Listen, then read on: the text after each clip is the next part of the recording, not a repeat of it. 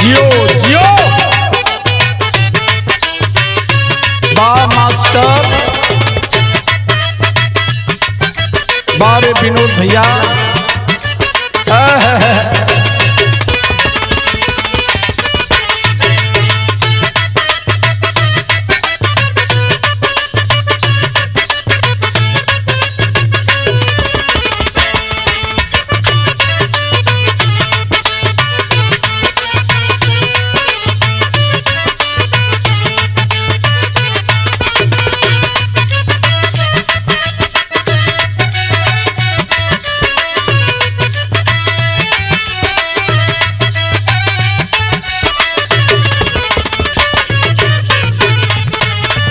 वाह वाह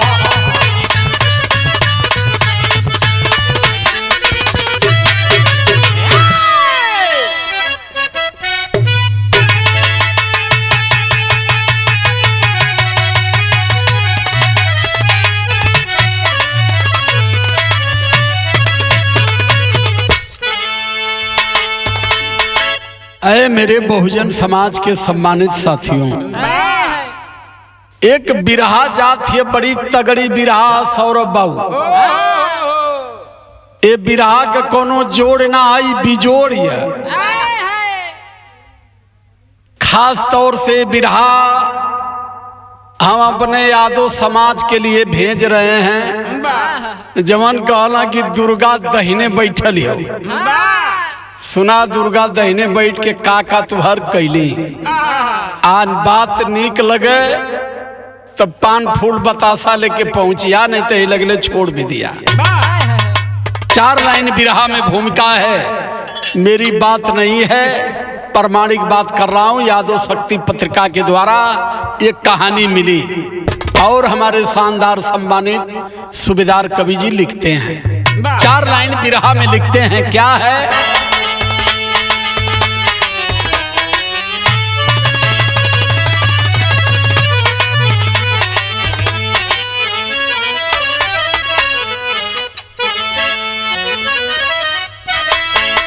पत्रिका यादव शक्ति था, मैंने पढ़ा, बात है ये पुराणों की जिसमें लिखी,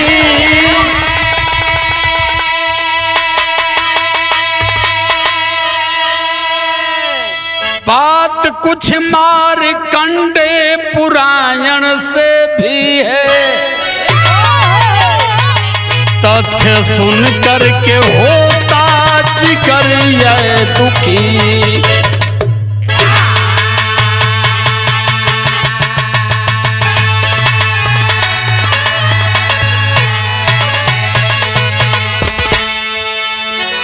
आज ले हमारे ससुर दिमाग में यह न बैठल कि ससुर पुराण कितनी, पुराण रामायण, मरकंडे पुराण, त्रिपुरारी पुराण, नारद पुराण, कितना पुराण कहाँ लिखायल। सुंदर कांड, लंका कांड, यही में पूरा हमारा 100% 90% बहुजन समाज जिनकी 100 करोड़ भारत में आबादी है, इसी पुराण में फंस गया। यादव शक्ति पत्रिका के द्वारा मिली फिर लाइन जा रही है, क्या है? वंश में जिनके जन्मा ही मांत था, जिसको महिषासुर जग में बताया गया,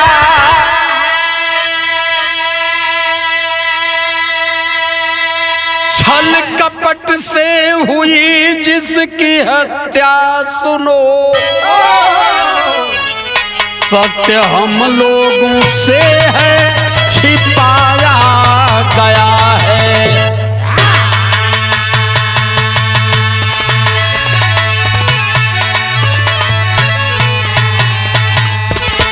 यादव शक्ति पत्रिका से प्रमाण मिला है। परम सम्मानित आदरणीय श्री ब्रिजभूषण यादव, परम सम्मानित आदरणीय आप श्री रामाकांत यादव जी और हमारे लाल प्रताप यादव जी, हमारे राजवीर सिंह यादव जी, इन विद्वानों का कहना है, इनकी सोच है, इन लोगों ने इतिहास को उखाड़ा और उखाड़ करके इन लोगों ने समाज के बीच में रखा कि मैसूर का राजा महिषासुर, जिसका नाम था महियांत, इसका नाम इन लोगों ने महिषासुर रखा। क्यों रखा? आज सारा पोल खोल रहा हूं, क्योंकि सामने नवरात्रम है। आज नवरात्रम 6 महीना पर नवरात्रम करत हमहन का कुरातम हो गया।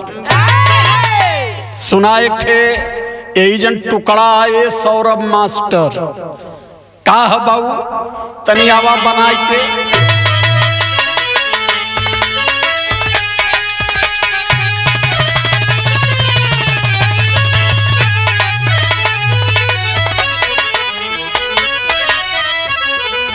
वाह वाह।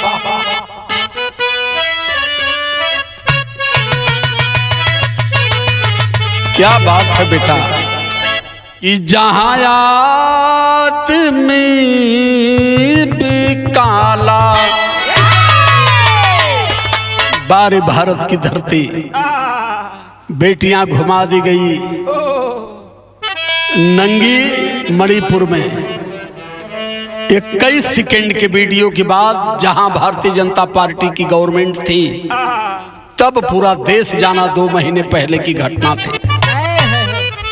यहाँ गधे मिट्टी की मूर्ति को साड़ी पहना रहे हैं, जीती बेटियों को नंगा घुमा रहे हैं। ये कहां भारत की शिद्दत को ले जाने का प्रयास कर रहे हैं?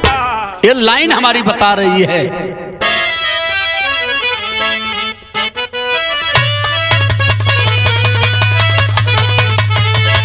जहां आदमी काला, जहां आदमी काला, उपजारी ना कहाला। जहां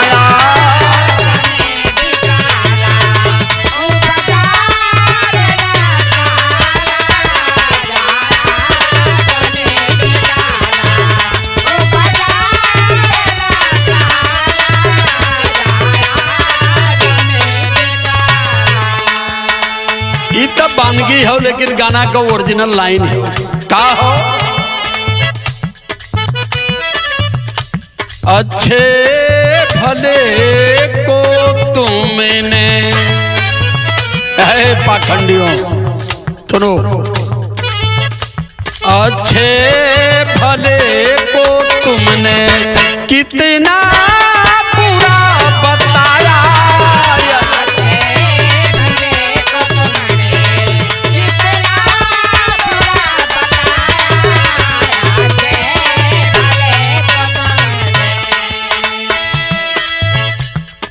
अच्छे भले को तुमने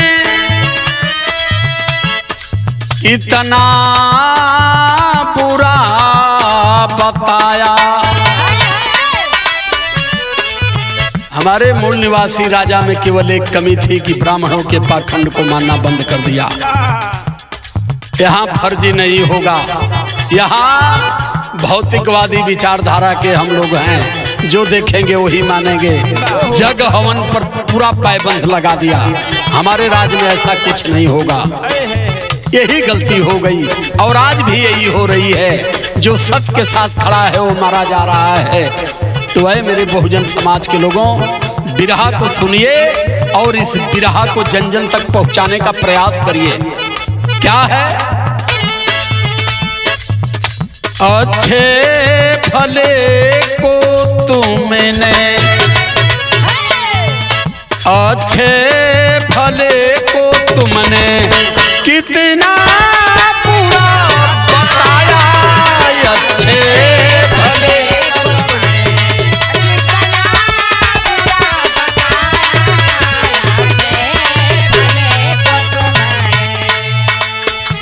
अच्छे भले को तुमने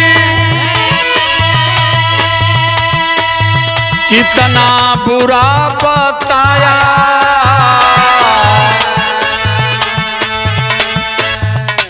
लड़करी जिसने हारे, लड़करी जिसने हारे, छल से उसे मिटाया।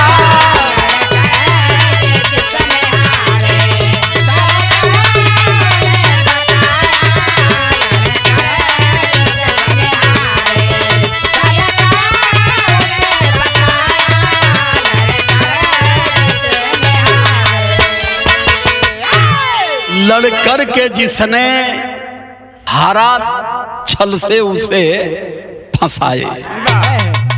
हर समय आज भी हमारे लोगों के साथ यही अन्याय हो रहा है। हमें हिंदू मुस्लिम के नाम पर बांटा जा रहा है।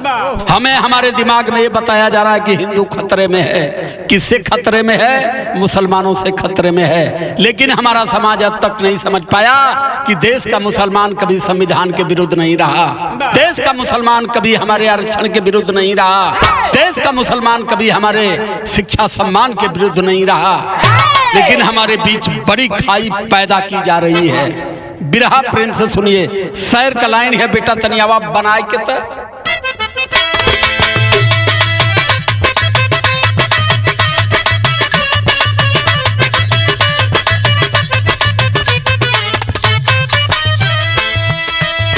पीर मई खासुर का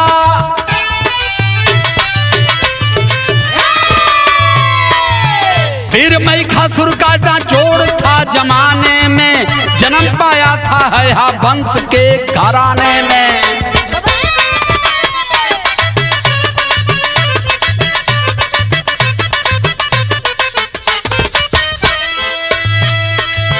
अपार पौरुष था,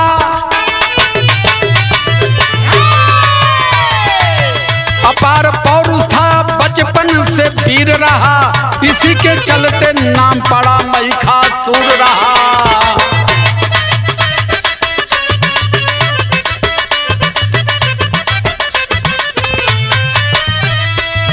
सभी लोगों से ब्राह्मण पूजा तब कराते थे, सभी लोगों से ब्राह्मण पूजा तब कराते थे, बड़े बेटे की बलि पूजा में दिलवाते थे।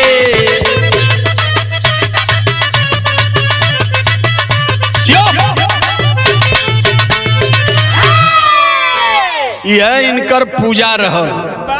पूजा करावे जवन बड़का बेटा पहला बेटा पैदा हो, उस बेटे की बलि चढ़वा देते थे, या उस बेटे को गंगा में दान करवा देते थे।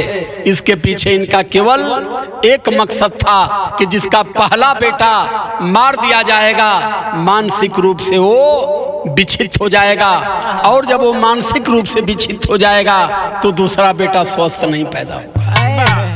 पहली बेटी पैदा होती थी तो एक गधे उसको मंदिर में भेजते थे मंदिर सेवा करने के लिए, और पहला बेटा पैदा होता था तो ये सब उस बेटे को मरवा देते थे या गंगा लाभ दिलवा देते थे जिंदे बेटे को। ये स्थिति थी, और इसके विरोध में हमारा मूल निवासी राजा महिषासुर खड़ा हो गया, खबरदार नहीं होगा ऐसा, नहीं मारा जाएगा किसी का बेटा। अब ये सब खड़े यंत्र रचने लगे, खड़े यंत्रकारी। यही जन एक गीत आ गई, बेटा तनिया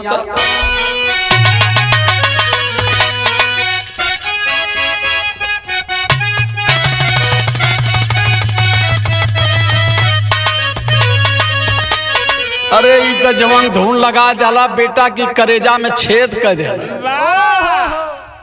वो समय का बेला जब फागुन का महीना आवाला, अरे मत कहा ये सली आज जब करकराई लहले जेकर एक ठे मेहरारू रहल और ओकर एकदम चढ़ंत रहल, गवना हो गया, आदमी भाग चलल कलकत्ता जाए के चटकल में हल गया। वह कहत हो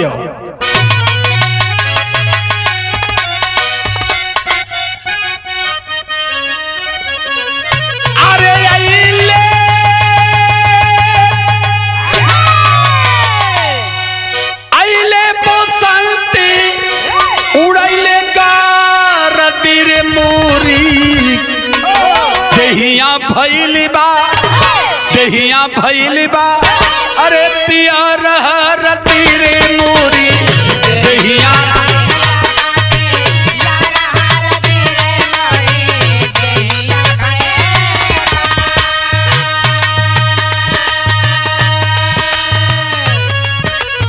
लेकिन वो महिषासुर मूल निवासी राजा जब एकदम जवानी की दहलीज पर चला तो उन्होंने पाखंड के खिलाफ आवाज बुलंद किया, आंदोलन शुरू किया कि इस मैसूर राजधानी में ऐसा नहीं होगा, किसी के बेटे की बलि नहीं दी जाएगी।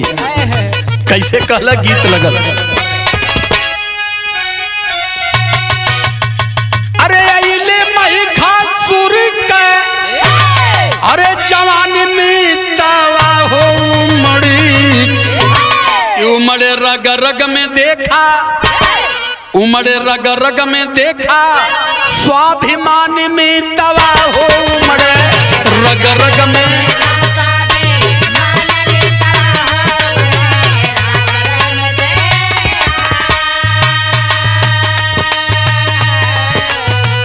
कैला ऐलान भारी महिषासुर रजनवा महिषासुर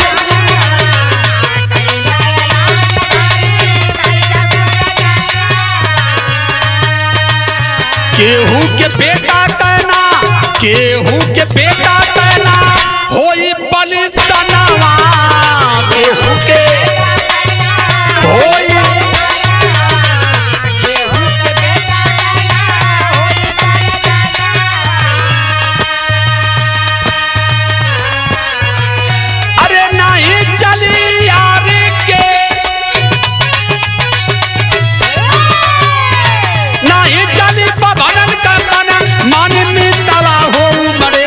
रग रग में देखा स्वाभी मान में तवा हो मरे रग रग में।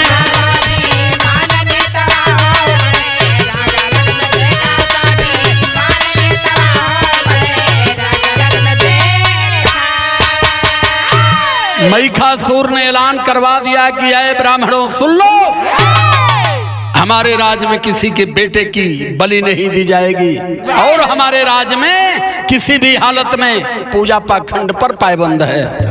गीत बदल गई, वह गीत है हीरा तनी सा हल्का सा नीचवा उतर जा।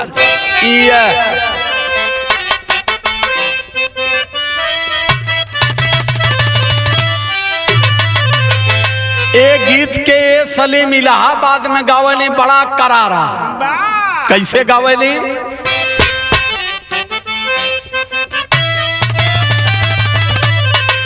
अरे कमर पर हाथ ना लगाना, अरे कमर पे हाथ ना लगाना हो बलमा मजा धीरे से लेना।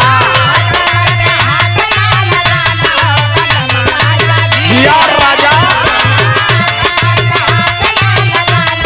बलमा मजा, लेकिन गाना का लाइन हो, ओरिजिनल लाइन है का हो, अरे मन में विचारी बभनवा। जब राजा महिषासुर ने ऐलान करवा दिया कि हमारे राज्य में किसी बच्चे की बलि नहीं दी जाएगी और हमारे राज्य से किसी बेटी को मंदिर में नहीं भेजा जाएगा, तब इन्हन के छटपटी चले लगल। कैसे चले लगल, अरे मन में विचारे बभनवा, अरे मन में विचारे बभनवा पूजनवा में डाल दे बाधा, में डाल दे बाधा।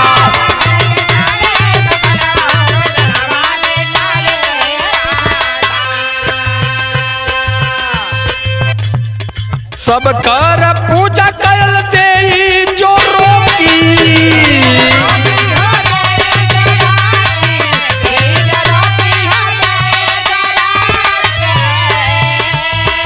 कल अगर पूजा पर पाबंद लगा दिया तो हमारे यार समाज के बच्चे मर जाएंगे खाने के बिना, इसलिए इसकी उपाय करना जरूरी है। इतिहास जानो मेरे बहुजन समाज के लोगों। बाबा साहब अम्बेडकर इतना पढ़े, इतनी डिग्री लाए, समझा करके चले गए, लेकिन अब तक आप समझ नहीं पाए। आज ब्राह्मण वहां खड़े हैं राजा महिषासुर के खिलाफ कर रहे हैं। क्या करते हैं?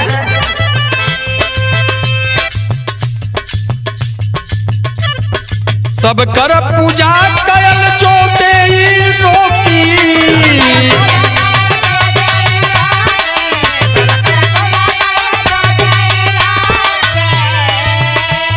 लड़का हमार जइए खैले बिना मुई।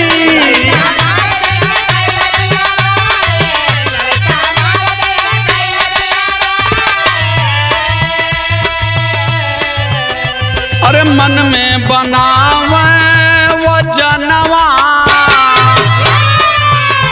अरे मन में बनावे वो जनवा, पूजनवा में डालते ही बाधा।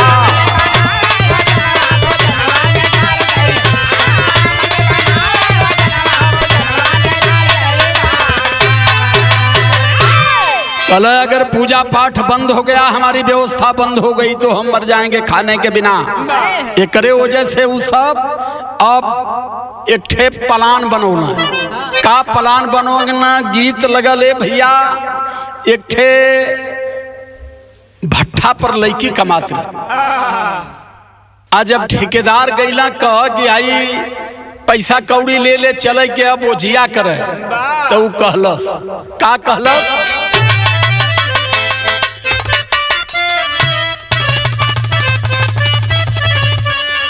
यह कहल गीत तो पुरानी है, लेकिन कसक हो कि दैया मैया रे अब ना जइबू भट्ठा पर कमाए। तो करमाई कहल काहे? तो बतावत है कि एक बाट राजापुर, दूजे कह कि लगवाए सूत। दैया मैया रे अब ना जइबू भट्ठा पर कमाए। इत गीत हो, लेकिन है सुना। मनोवादी हो रचना रचावे परिवार।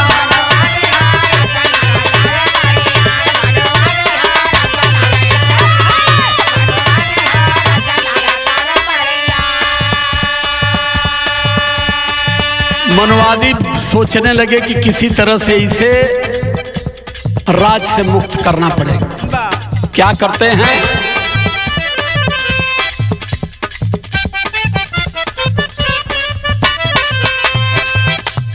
रालिए का पेशिया बंगाल की सहरिया,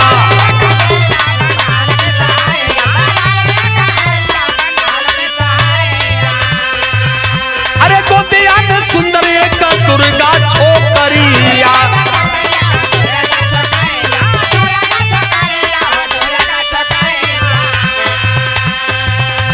अरे एक का बना के जाके, अरे कैलाई जहारी मनवाती हो,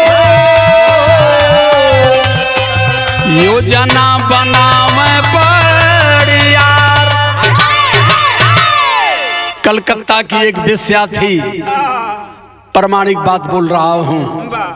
एक कहला कि कुल देवता मिलके अपने अंश से पैदा कैला। ये अंश का होला? अंश से कैसे पैदा होला? अंश का मतलब मैं बता रहा हूँ। ये सारे जुट करके गए और उस वेश्या से कहे कि तुम्हारी बेटी दुर्गावती बड़ी सुंदर है, भेज दो हमारे काम के लिए। अगर हमारा काम, हमारा मिशन तुम्हारी बेटी पूरा कर गई तो हम तुम्हारी बेटी को सबसे बड़ा सम्मान देंगे। पूरा जीवन तुमको खाने पीने पहनने ओढ़ने की कमी नहीं पड़ेगी। तो कल का करे को होइए गुरुजी? तो लोग बतौला कि ढेर ना थोड़ा काम हो। का कहला? तरज बदल गए। कौन गीत है बाबू?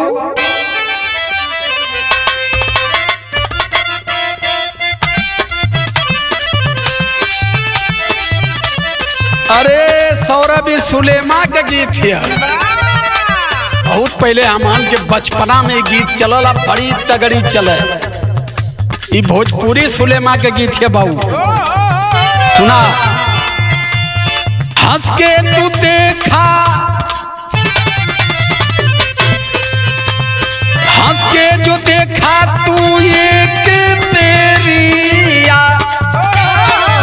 ये देखा पहले के गीत में कितनी कसक रहा, कितना प्रेम से कहा। अब तो कदवा हंस दे तो मर जाइए, लेकिन वो कहत हो हंस के जो देखा तू एक तेरिया, हम क्रिया मनाई तुहार गोरिया।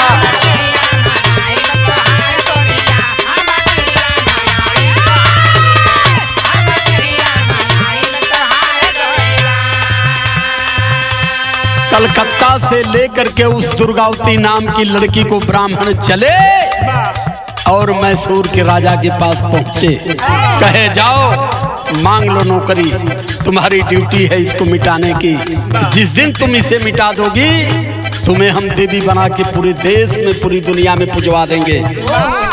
अब वो गई छनक के, मनक के, काजर से, टिकुली से, अरे जवन सज के बार लुरका के गई।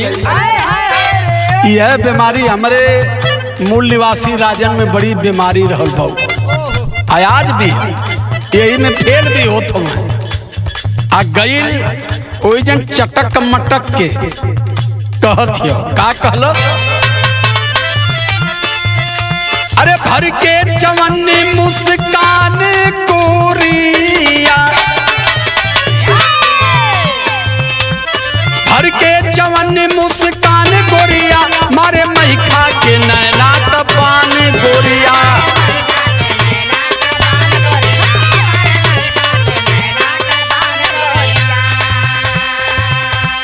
तिरछी नजरिया से घायल बनवली,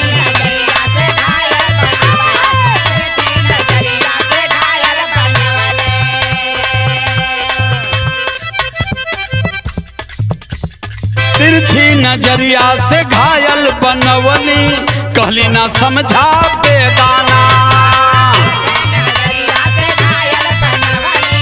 कहली ना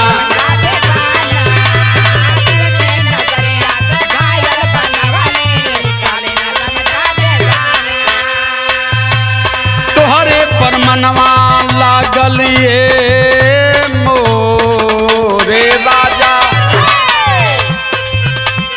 तोहरे पर मनवा लगल ये सजनवा, संग में जीवन बीताना,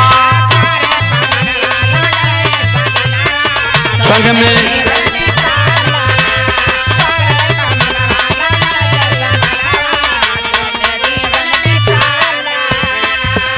अरे कैली जवनिया जियान गोरिया, अरे कैली जवनिया जियान गोरिया, भर के मारा जवनी मुस्कान गोरिया।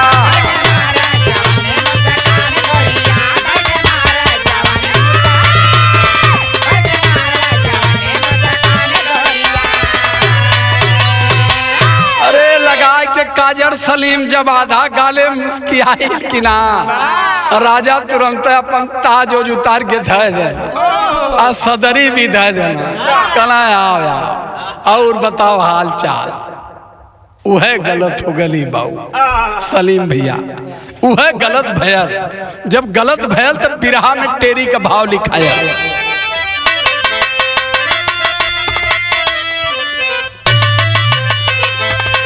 अरे अगड़ाई भरी मुस्काई नाजनी, लेहली मई खासुर के संग में ब्याह रचाई। जय हो। अला जब आए के बैठल तो लगला बार और सुहरावे, कल का हाल ये हमार सोना बतावा मोना, कल का हाल बताई साहेब, हमरे तो समझ में ना आवत है। अगर ब्याह हो जाए तो हमारा आपका जीवन बड़ा कायदे से कटत। तो कहना ये कौन बात है, राजा आई राज दरबार में कमी है कौन बात का। अब उसे ब्याह करायल। अब ब्याह कराए के मूल निवासी राजा से मिलल। अब बहुत सुहाग रात मनौल। जब तबीयत तृप्त भइल तो वो भुला गई कि हम कर आयल है। सुना 9 दिन भूखा वाले 9 दिन भूखल छोड़ दिया लोगन, मत नरक का पैड़ा बनावा। सुना पहपट का लाइन है।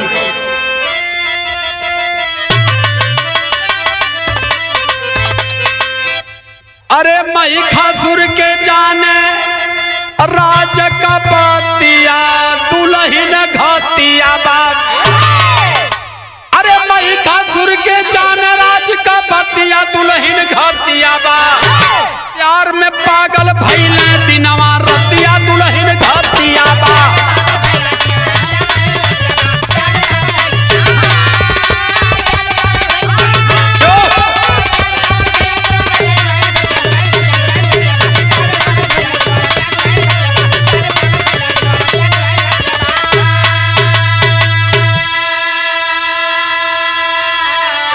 दुर्गौती से बियाह भयल सौरभ। आज जब बियाह भयल ता दुर्गौती कहला कि बतावा ये सुहाग रात कहाँ हुई। कहला आपका जवन आदेश जहाँ इच्छा करे कल ले चला कोनो पहाड़ी पर ठंडे जगह लेके। दुर्गौती के राजा विचार कैलन सुहाग रात कौने स्थान पर हुई। अब तो माला कुल चल जात हुआ यार, मनाली उनाली धैले शिमला उमला आ जौने के ढेर पैसा उ सिंगापुर निबुक लेत हुआ, ढेर हम कुछ गोवा में काम बनाए लेत हुआ। लेकिन राजा महिषासुर दुर्गौती के लेके कहाँ गईले। अरे दक्षिण भारत में एक पर्वत पर संगी 9 दिन बीतवाले हो।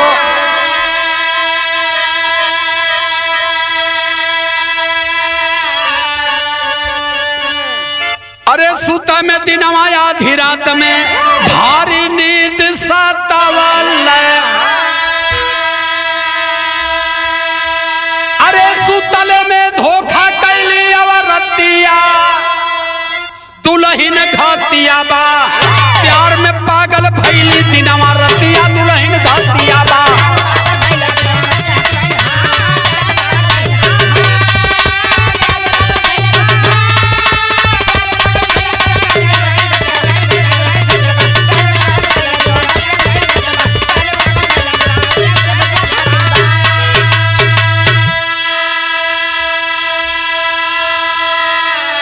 अरे मेरे बहुजन समाज के सम्मानित साथियों सुनो, उस समय उस पहाड़ी पर धीरे धीरे 8 दिन बीत गया। जब 9वां दिन बीता तब इसके समझ में आया कि मैं क्या करने आई थी आ क्या कर रही हूँ। ओकरे ध्यान पड़ गया 9वें दिने कैला का बाबू आल्हा का लाइन है सौरभ उठा के दाता।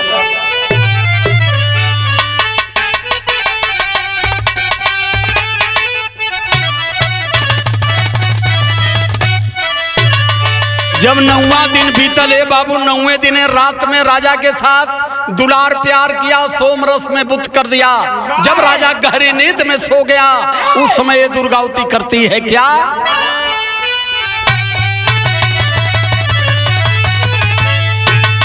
अरे मारी के कटार भैली दुर्गा तवने छनवा। दुर्गा देवी ब्राह्मण करल जय जयकार।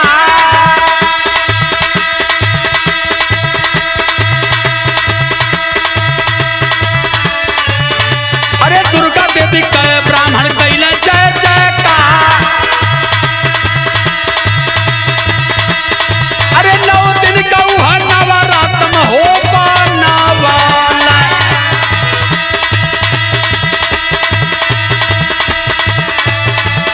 अरे 10वें दिन दुर्गा पूजा कर श्री माँ।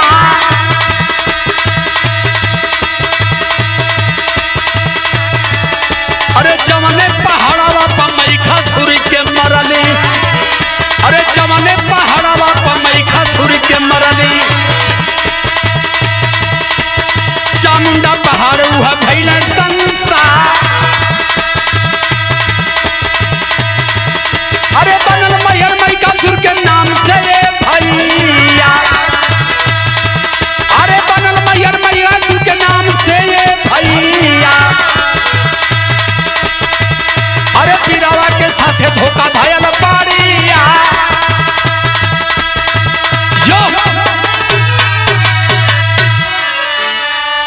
उसी पहाड़ पर महिषासुर का दुर्गावती ने वध किया और ब्राह्मणों ने माता दुर्गा की उपाधि दे दिया।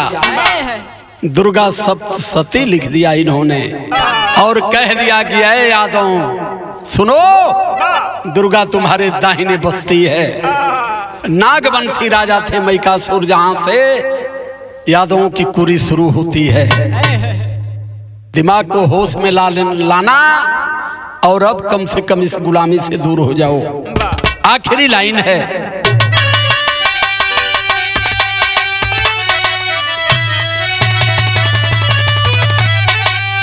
अरे पति के हत्यारिन का पूजा छोड़ा मितऊ। मान ला कुछ ना मनबा इतना मानिला कि अगर राजा महिषासुर ने शादी किया तो सुहाग रात मनाए के पूरा मजा काट के 9वें दिने जो उन मेहरारू मर्दे का हत्या कर दे। कितनी समझदार हवा कि 9 दिन भूखत हवा। उसके बाद में मन नहीं मानत हो, पत्थरे के मूर्ति पर मूड़ी पटक की माफी मांगत हवा, जौन अपने मर्दे का नाम भाई तुहार हुई। आखिरी लाइन है भैया,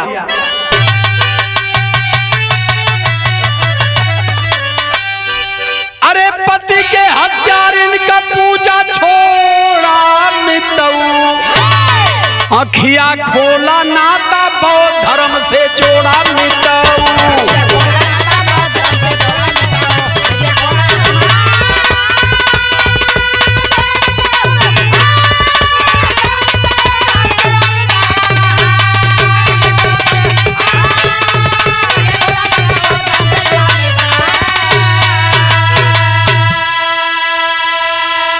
बार बार मेरे ऊपर मुकदमा लिखने वाले तुमसे बता दे रहा हूँ, ये मेरे बाप ने नहीं लिखा है, तुम्हारे ग्रंथों की कहानी है। और मेरे भाई राजवीर सिंह यादव की यादव शक्ति पत्रिका से प्रमाण मिला है। बहस करना होगा, बहस कर लेना। आस्था के नाम पर, अंधविश्वास के नाम पर मुकदमा मत लिखना। और बार बार मुकदमा लिखाओगे तो हम उतने भी नहीं देंगे। हम तुम्हारे मुकदमा से डरने वाले नहीं हैं। लाइन कर रही है हमारी,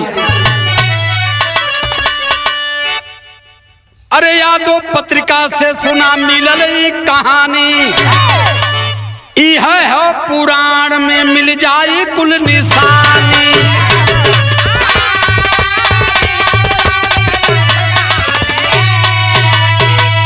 अरे बेस्या के बेटी से नाता तोड़ा मितऊ। अखिया खोला नाता बौद्ध धर्म से जोड़ा मितऊ।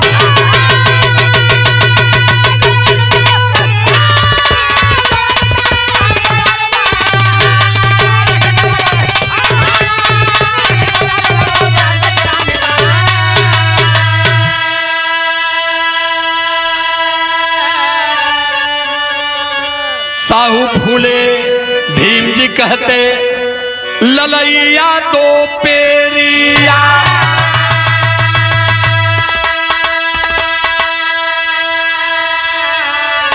अरे सूबेदार की कलम ही लिखती बाबा को तैयार हो।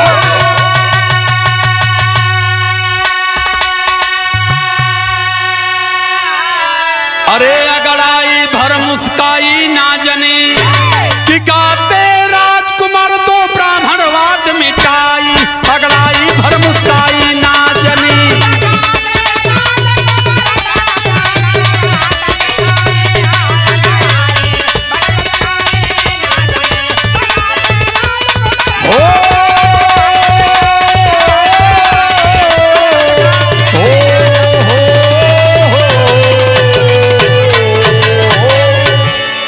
सादर जय।